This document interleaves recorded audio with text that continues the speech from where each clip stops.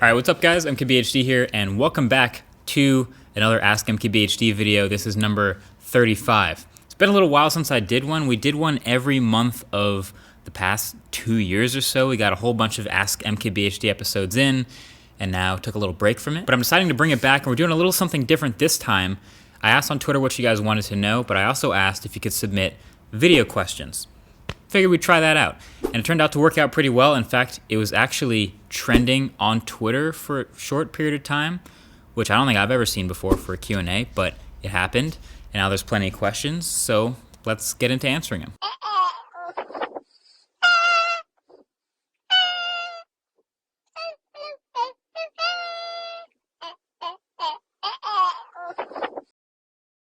Hey Marquez, my question for you is, what do you do with all those phones once you get done reviewing them? Because, they all go in the infamous drawer, never to be seen from or heard from again. And, once you put your review out, your great videos, which are gold standard, I just want to know, what do you do with those phones? Do you ever give them to friends? Do you ever sell them? Do you just leave them in there? Do you ever pull one out and use it every now and again? Just want to know, what you do with them after they're done. Yeah, I generally keep a lot of phones around, probably more than you would expect. So the drawer you've seen in probably studio tours and videos in the past, I usually keep one and then another generation of each phone that I review. So right now we have the Galaxy S10. I still have Galaxy S9s and S9 Pluses. We have iPhone XS Max and iPhone XS. I still have iPhone Xs. I don't really usually go back too far before that, so they'll either end up being recycled, donated, given away, sold, etc. I buy a lot of phones. We don't have to keep all of them. Hey Marquez, this is Stetson. Landscape. In your Smartphone Awards video 2018, you gave the Best Budget Phone Award to the Poco Phone F1. Makes sense, great phone, packing a lot for $300. But you can currently get a Pixel 2 for around $256 unlocked on Swappa.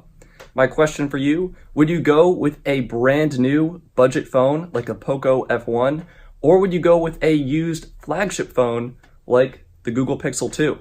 Interested to hear your thoughts. Yeah, great question. I'm glad you asked this. And this is a pretty complicated one because it actually changes based on the phone you're talking about. But this is an age-old question. Do you buy a new budget phone for, let's say the dollar amount's $300, or do you buy a 2 or 3 year old flagship that has come down in price to that budget phone's price? And I'd say the answer really depends on what you want in a phone. You gotta know what you want. That's usually the answer. If you want software updates for the next couple of years, your best bet is buying a new budget phone because that older phone is less likely to get more software updates. If you're trying to get a great camera, you're probably gonna get that out of a high-end flagship that's come down in price instead of buying a new budget phone. I think generally for most people, you can get more bang for your buck out of a former flagship that's come down in price because then you're not sacrificing as much. And what you usually see is a worse camera and worse build quality in budget phones. That's just where they save their money. But a lot of people will have just a great time on either. So it depends on what you want. Hey MKBHD, my name is Shahid and I'm from Pakistan. My question is, which phone would you pick between the Galaxy Fold and Huawei Mate X for your personal use, of course? Thank you. The question of the hour. Galaxy Fold, which folds inward and protects the big folding screen, or Huawei Mate X, which folds out but has a way cooler looking outside.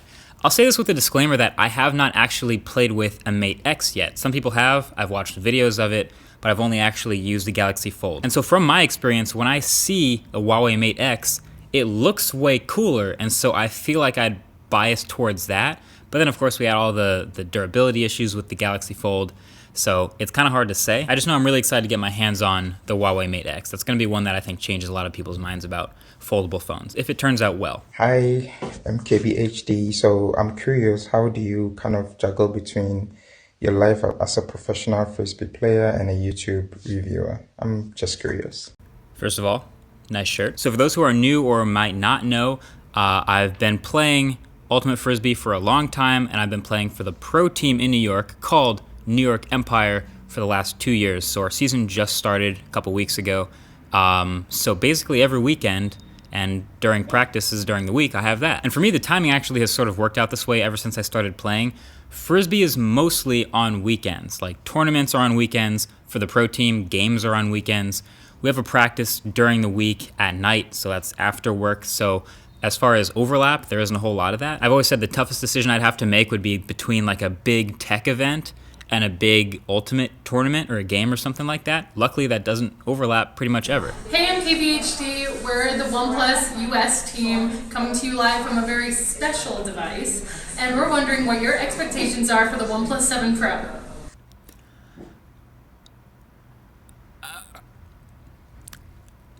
I don't think I can say that. All right, serious question for you. Would you rather your firstborn child's first words be, "Hey, what's up, guys?" Or, "Remember to like and subscribe if you want to see more videos like this one"?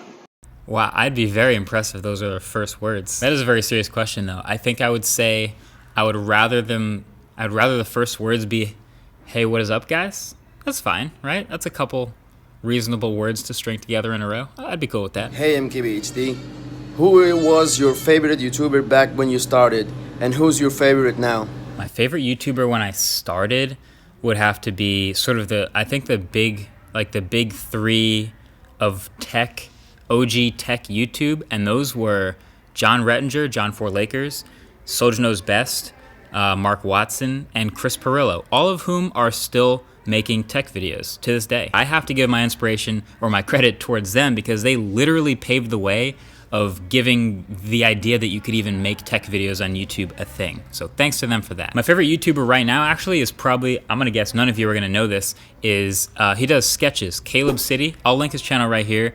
He just literally does all these sketches with like himself and his friend, one or two people, but they are absolutely hilarious. So go check out his channel, subscribe, I'll put a link below. Hey Marquez, here's a question for you. What would you do if YouTube suddenly ceased to exist? If it just stopped existing tomorrow, what would you personally be doing? Whoa. It's the age-old question. If you weren't a YouTuber, what would you be? Well, actually, it's a little different. YouTube does exist, but then it just suddenly stops existing. That's a little more dramatic.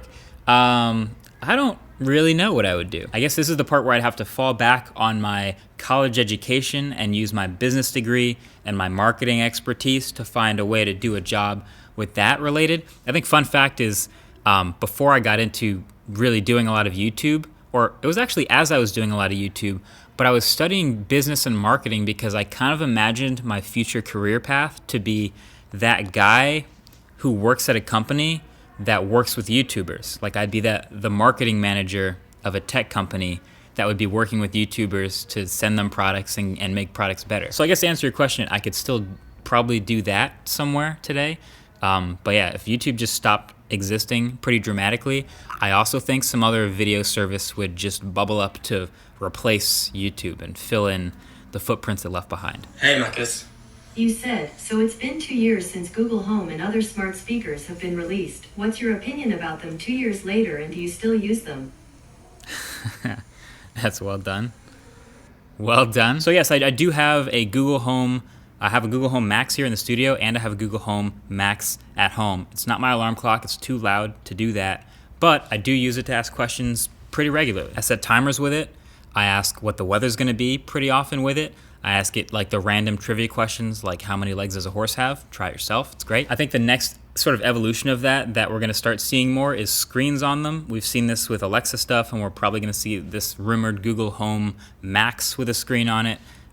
Just having a UI for it to be able to show you stuff is pretty cool. But yeah, home stuff, home assistants are definitely alive and well. What do you think would be the next biggest piece of tech for the next decade?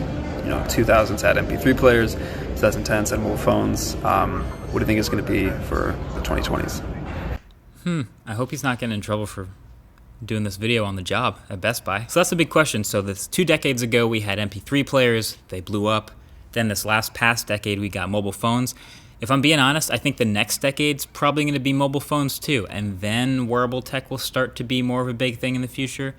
But I've been pretty firm that I think mobile phones, this thing that we pick up and use and then put down, is like the form factor that we're going to have for the near future. That's just me. Maybe I'm not future thinking enough, but that's the way I see it. Hey Marquez, it's John.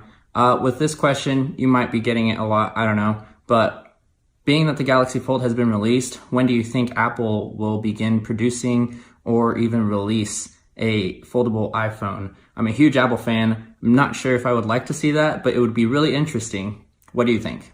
Yeah, foldable iPhone or foldable iPad, that's the question. So I guess the way I see it, Apple's always had not always, I'll take that back. They haven't always had this. But lately, they've had what you call a late mover advantage in a lot of technologies. They don't have to be first to the bleeding edge of stuff, but when they do choose to update something or hop on board with a new tech, they know it's proven, the mistakes have been made by the first movers, and they can get it right. So this is really a perfect example of that. With folding phones, the Samsungs and Huawei's of the world are the first movers.